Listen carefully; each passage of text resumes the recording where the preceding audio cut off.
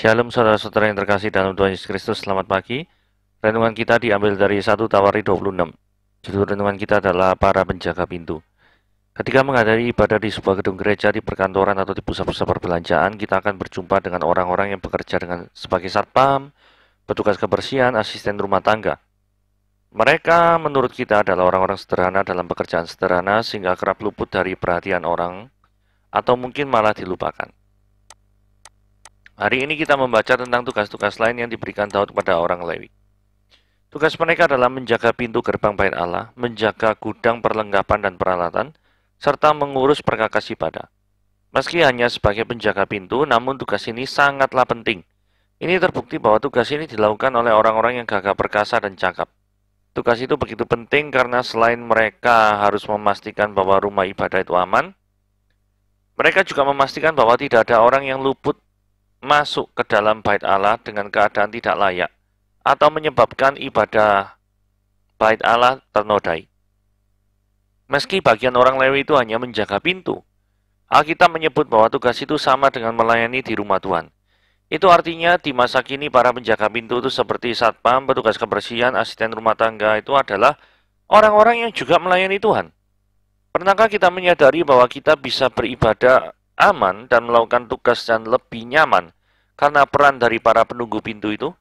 Kiranya kita disadarkan untuk selalu menghargai setiap orang apapun yang menjadi profesi mereka, karena setiap tugas yang dilakukan dengan hati yang melayani adalah melayani Tuhan. Orang sederhana dengan tugas sederhana sama pentingnya dengan mereka yang melakukan tugas keimaman di dalam rumah Tuhan. Gitu ya. Oke.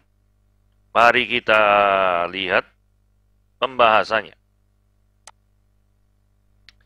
Belajar untuk menghargai pekerjaan sederhana yang dilakukan dengan segenap hati. 1 Tawari 26 tentang rombongan para penunggu pintu dari orang Korah ialah Meselemia bin Kore dari keturunan Ebiasaf. Meselemia mempunyai anak-anak yakni Sakaria anak sulung, Yediael anak kedua, Zebaza anak ketiga, Yatniel anak yang keempat, Elam anak yang kelima, Yohanan anak yang keenam, Elyoenai anak yang ketujuh.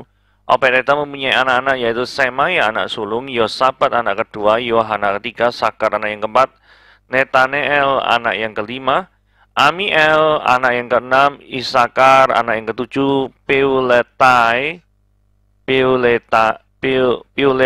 anak yang kedelapan, sebab Allah telah memberkati dia. Bagi Semaya anak Obed-Edom itu lahir anak-anak. Mereka memegang pemerintahan di antara puak mereka, sebab mereka adalah pahlawan-pahlawan yang gagah perkasa. Anak-anak Semaya ialah Otni, Refael, Obed, Elzabad, serta saudara-saudaranya yakni Elihu dan Semaka, orang-orang gagah perkasa. Mereka sekalian adalah dari keturunan Obed-Edom, yakni mereka sendiri.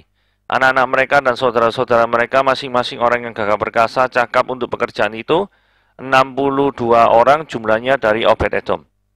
Dan Meselemia mempunyai 18 orang anak dan saudara orang-orang yang gagah perkasa.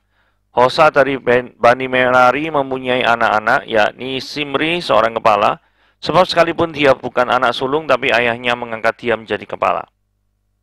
Hilkia anak yang kedua, Tebalia anak yang ketiga, dan Sakaria anak yang keempat. Semua anak dan saudara Hosa itu ada 13 orang. Rombongan-rombongan para penunggu pintu itu yang dibagi menurut kepala kaum mempunyai tugas melayani di rumah Tuhan, sama seperti saudara-saudara sesuku mereka. Untuk setiap pintu gerbang mereka membuang undi menurut puak-puak mereka, baik puak yang kecil maupun puak yang besar. Undian untuk pintu timur jatuh pada Selemia. Selanjutnya mereka membuang undi bagi Sakaria anaknya, seorang penasihat yang berakal budi, lalu jatuhlah undiannya itu ke pintu utara. Bagi Obed-Edom ialah pintu selatan, dan bagi anak-anaknya gudang perlengkapan. Bagi Supim dan Hosa ialah pintu barat beserta pintu gerbang Shalekhet di jalan raya tanjakan. Penjaga yang satu ditaruh berdampingan dengan penjaga yang lain. Di sebelah timur ada 6 orang setiap hari, di sebelah utara ada 4 orang setiap hari, di sebelah selatan ada 4 orang setiap hari, tetapi pada gudang perlengkapan selalu ada 2 orang. Pada parpar di sebelah barat 4 orang di jalan raya dan 2 orang pada parpar. Itulah rombongan-rombongan para penunggu pintu dari Bani Korah dan Bani Merari. Orang-orang Lewi, saudara-saudara suku mereka yang mengawasi perbendaharaan rumah Allah dan yang mengawasi perbendaharaan barang-barang kudus. Bani Ladan yakni keturunan Gerson melalui Ladan mempunyai orang-orang Yehiel sebagai kepala kuak, keturunan Yehiel yaitu Setam dan Yoel, saudaranya mengawasi perbendaharaan rumah Tuhan.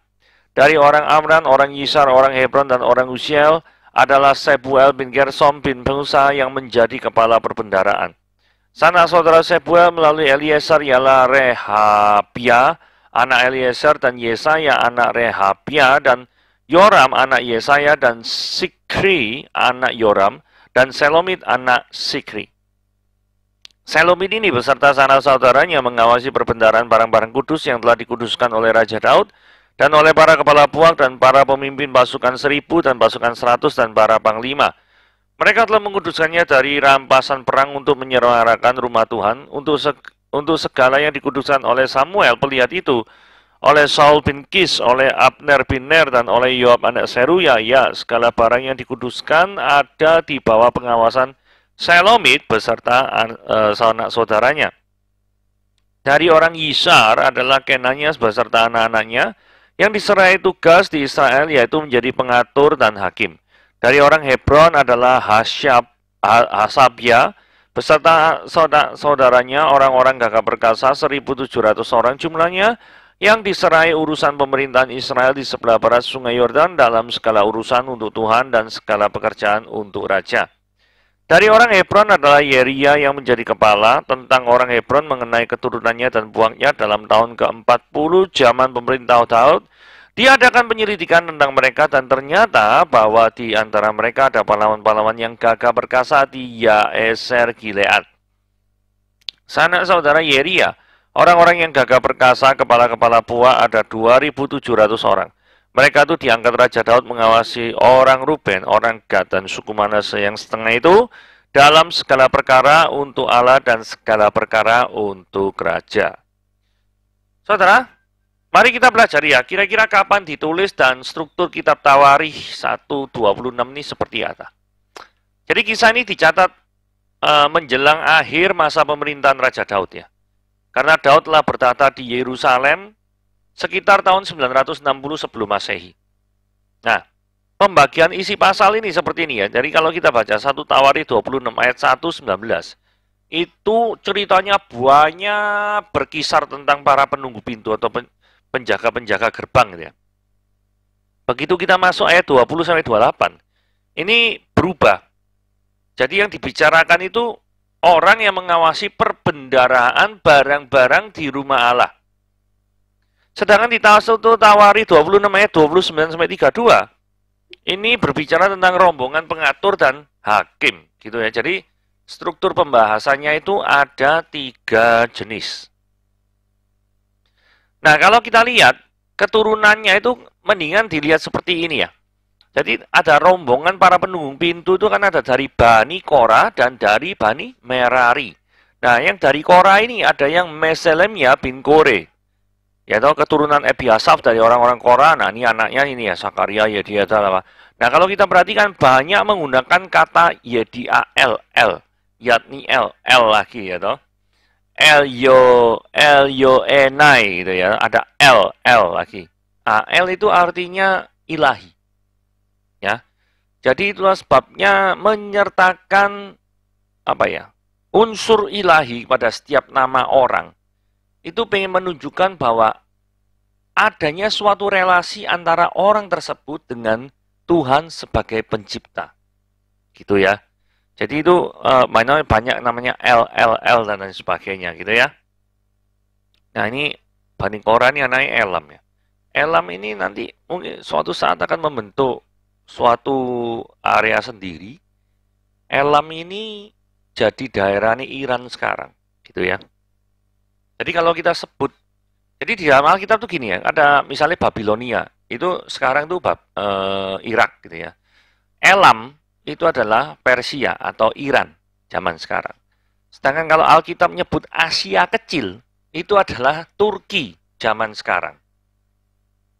Nah, mungkin saudara bingung ya, lah Turki itulah Eropa kok disebut Asia Kecil gitu piye? Nah, Turki itu sebenarnya 3%-nya tuh hanya 3% yang masuk benua Eropa. 97%-nya itu masuk Asia. Tapi tidak ngerti kenapa itu dia masuk dalam golongan Eropa gitu ya.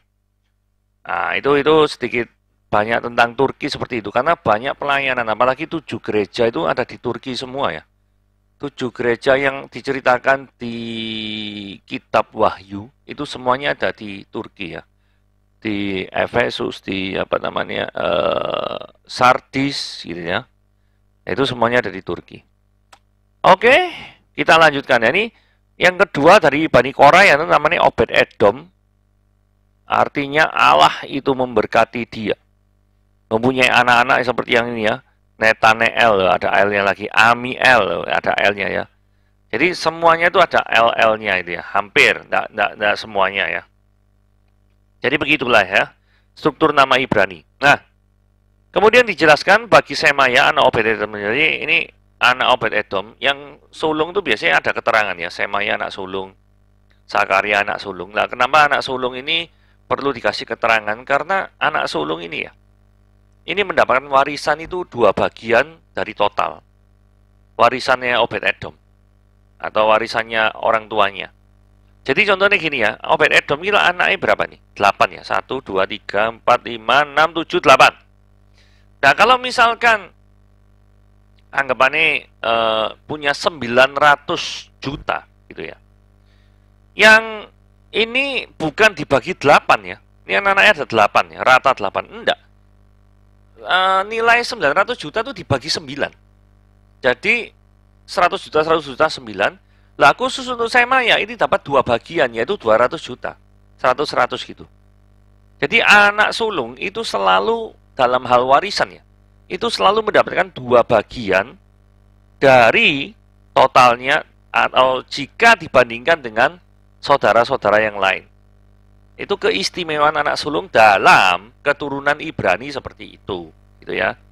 Tapi kalau di dalam yang lain ya enggak. Maksudnya, apakah setiap anak sulung itu sesuai dengan Alkitab harus 2 bagian? Ya enggak seperti itu gitu ya. Oke.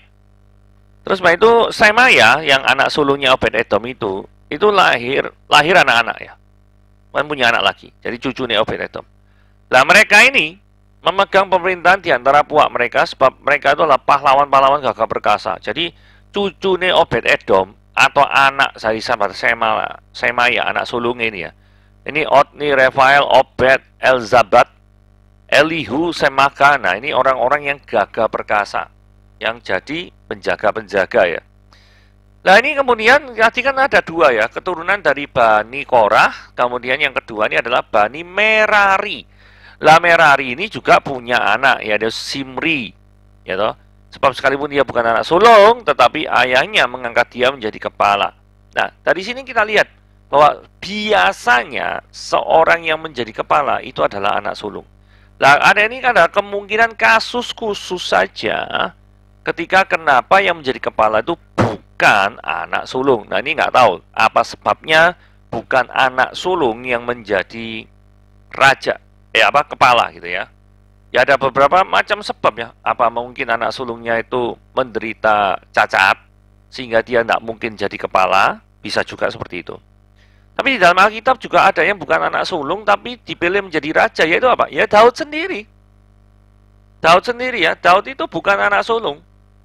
Tapi Tuhan pilih dia jadi raja. Nah, ini menunjukkan bahwa apa yang menjadi kebiasaan manusia belum tentu jadi kebiasaan bagi Tuhan. Bahkan seringkali. Karena bagi manusia mungkin anak sulung itu sangat-sangat berharga. Oke, tidak masalah. Tetapi Tuhan punya rencana lain. Tuhan tidak menuruti aturan-aturan seperti itu. Bukti ini Daud yang diangkat bukan kakak sulungnya gitu ya. Oke. Nah, kemudian ada pembagian tugas pintu timur Selemia. Selemia itu nama lain dari Meselemia ya. Me-nya dihilangi ya, Selemnya. Ini adalah yang keturunan Bani Korah itu ya. Dikasih wilayah pintu timur, sesuai undian tadi ya. Terus pintu utara itu Sakaria ben Selemya. Berarti ini anaknya, ya Sakaria bin Selemya. Seorang penasihat yang berakal budi. Selemya ini tadi kan dari Bani Korah ya tadi ya. Bani Korah itu ya, suku Korah itu ya. Pintu selatan barusan Obed Edom. Nah ini pisah ya. Tadi Selemnya timur utara, Obed Edom ini two different group ya, two different group. Ini pintu selatan. Nah, kemudian gudang perlengkapan itu anak-anak Obed-Edom yang jumlahnya 8 tadi ya. Nah, pintu barat beserta pintu gerbang Shalehet di jalan raya tanjakan Supim dan Hosa. Hosa itu adalah ini ya, dari Bani Merari. Jadi kalau kita lihat timur, utara, selatan itu adalah dari Bani Korah, sedangkan di pintu barat itu dipegang Supim Hosa. Hosa ini dari keturunan Merari. Karena tadi kan disebut ya, ada keturunannya rombongan itu penunggu pintu itu kan dari Korah dan Merari. Nah ini supaya tidak bingung, supaya tahu gitu ya. Ketika membaca Alkitab mendingan dipetakan seperti itu supaya enak itu. Nah, kemudian itu dalam sisi kategori area dan suku yang menjaganya itu siapa? Ya, atau puak yang menjaganya itu apa? Nah, sekarang dari sisi jumlah orang yang berjaga. Nah, di sebelah timur itu areanya Selemnya, itu 6 orang. Di sebelah utara itu ada 4 orang. Nah, kemungkinan besar gini ya, kenapa kok Bani Korah itu dikasih 3/4 bagian daripada total wilayah mata angin gitu ya. Timur, utara, selatan, sedangkan barat dipegang Merari. Kemungkinan besar ya Bani Korah ini jumlahnya lebih banyak daripada Bani Merari, gitu ya.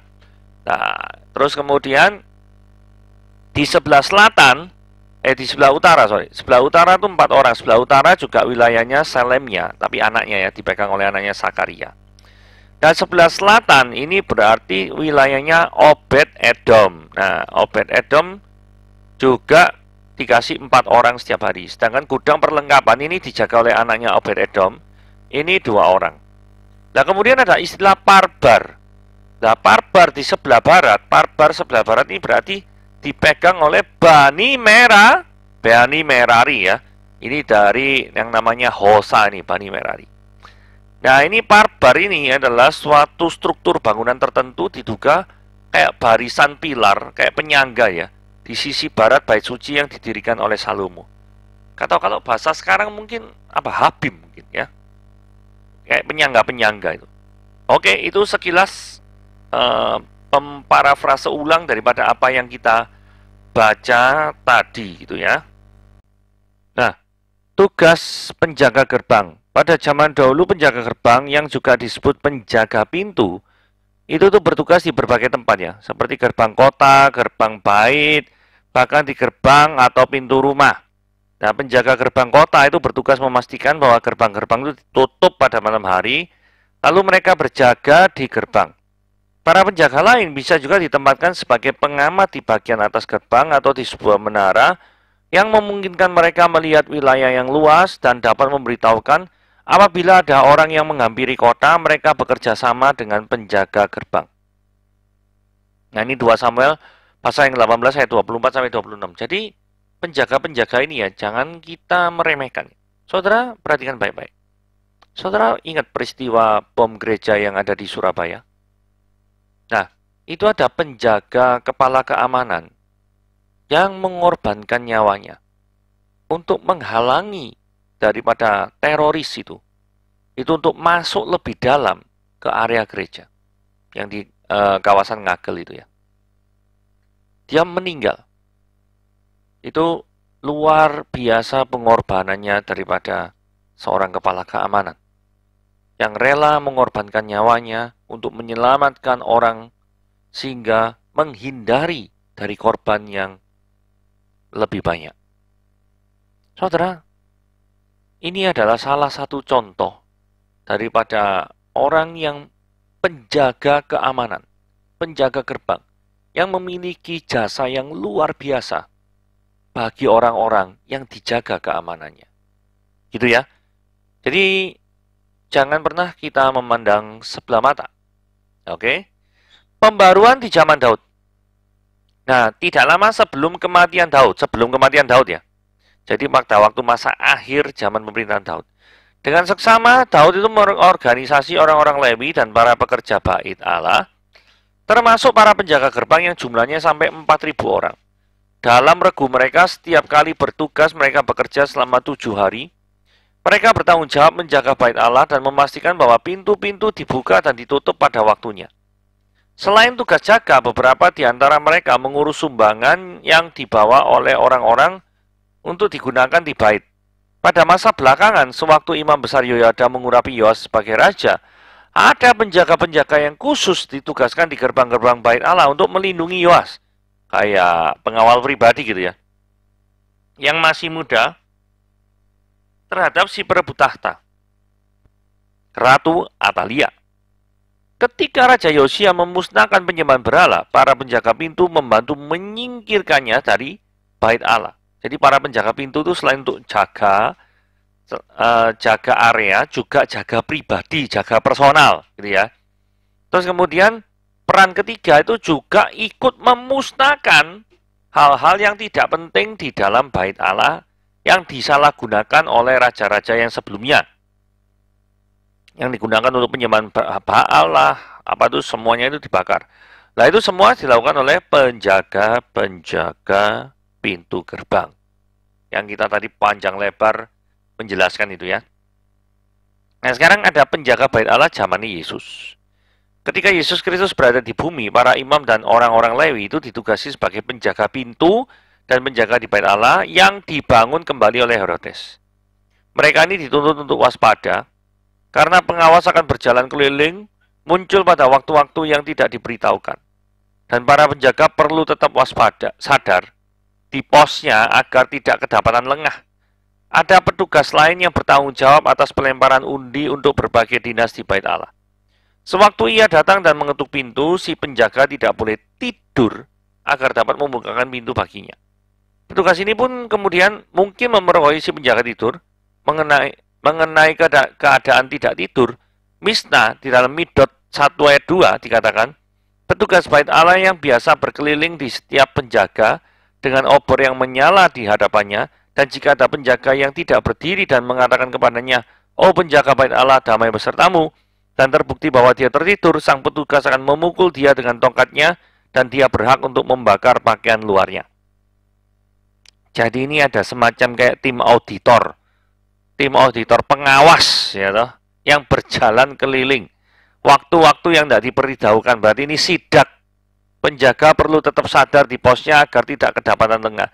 Jadi ini dibuat tim lain yang untuk ngawasi dari kinerja para penjaga pintu. Nah ini tugasnya kayak gini ya.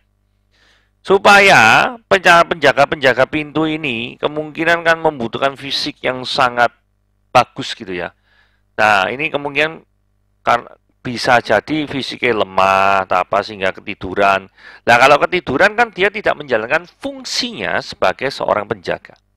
Nah inilah kenapa kok tim auditor penjaga ini ada pada waktu zamannya Tuhan Yesus abad pertama gitu ya.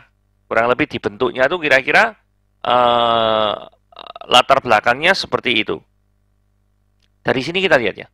Jangan sampai kita memiliki fungsi yang tidak berjalan. Seandainya kita berfungsi sebagai seorang song leader gitu. Tapi kita tidak mau melibatkan diri dari pelayanan puji-pujian. Padahal kita memiliki kemampuan untuk itu. Nah, berarti Anda kan sedang tidak berfungsi sebagaimana mestinya. Sama seperti penjaga ini tidak berfungsi sebagaimana mestinya karena apa? Karena ketiduran, tiduran. Jadi tidak boleh. Nah, itu sebabnya Anda harus di-refresh terus-menerus, didorong terus-menerus untuk memberikan yang terbaik yang ada di dalam diri Anda. Nah, oke? Nah, kemudian tadi kan penjaga-penjaga pintu apa sih yang dijaga ini apa sih? Nah, ini ada 12 pintu gerbang di Yerusalem ya. Ini macam-macam ya, ada pintu gerbang domba, pintu gerbang ikan, pintu gerbang lama, pintu gerbang tengah, pintu gerbang Efraim. Pintu gerbang tengahnya ada lagi gitu ya, loh. Ini namanya Sya'ar Hatafek. Sya'ar itu gerbang ya namanya ya. Nah, gerbang utama atau gerbang pertama, first gate. Ada gerbang sudut, gerbang lebak, gerbang sampah, gerbang mata air, pintu gerbang air, water gate berarti ya. Gerbang kuda, gerbang timur, gerbang pendaftaran, gerbang penjagaan. Ini ada banyak gerbang ya, kita cuma bahas 2 aja ya. Karena nanti terlalu panjang. Nah, ini gerbang domba. Ini adalah gerbang atau pintu yang pertama disebut dalam kitab Nehemia. Nehemia itu adalah orang yang minta izin pada raja siapa ya? Artasasta ya? Atau Ahasiweros. Salah satu dari keduanya itu minta tolong untuk kembali ke Yerusalem untuk membangun daripada tembok Yerusalem dan Bait Allah. Pembangunan dinding dan gerbang dimulai dari pintu gerbang domba dalam Nehemia pasal yang ketiga. Tercatatnya demikian. Karena semuanya dimulai dari arti rohaninya ya. Persembahan kepada anak domba, Yesus Kristus. Nah ini ada filosofinya ya. Dalam perspektif Kristiani ada makna spiritual dari pintu gerbang domba. Adalah bahwa imam membangunnya dan melalui gerbang itu domba-domba dibawa ke Bait Allah untuk pengorbanan. Ada jalur khususnya. Menurut sejarah gerbang domba tidak dikunci. Hal ini menjadi lambang bahwa keselamatan itu terbuka untuk semua orang. Ini adalah satu-satunya gerbang dikuduskan. Pengaturannya membedakannya sebagai gerbang khusus. Ya, gerbang yang kedua, Feast Gate, Sya'ar Hadakim. Signifikansi daripada Feast Gate ini adalah kan fish kan ikan ya, berarti nelayan membawa ikan melalui pintu gerbang ini untuk dijual di pasar. Arti spiritualnya yang berhubungan dengan ikan. Ini adalah penebusan. Hal-hal yang berhubungan setelah penebusan. Nah ini artinya ikan. Kita mulai mengikuti seiring dengan pembangunan kerohanian. Para muridnya kan dipanggil sebagai penjala manusia. Ya toh? Dulunya penjala ikan. Menjaring ikan. Tapi sekarang menjala manusia. Jadi seperti yang saya katakan lagi ya. The Feast Gate. Ini ada hubungannya dengan kondisi setelah kita mengalami penebusan. Saya tekankan, setelah kita mengalami penebusan. Jadi, after we receive our salvation in Jesus Christ, ya toh, kita harus apa? Kita harus mengabarkan Injil. Kita harus mengabarkan Injil kepada orang lain. Membawa orang lain, bring other people to Jesus. Bring other people to knowing who is Jesus. The true Jesus. Jadi, dalam Matius pasal 4 ayat 19, Yesus berkata kepada mereka, ikutlah aku dan kamu akan kujadikan penjala apa? Penjala manusia. Jadi Feast Gate ini erat kaitannya dengan penjala manusia tadi filosofinya. Oke, hari ini kita sampai di sini dulu pembahasan firman Tuhan. Tuhan Yesus memberkati.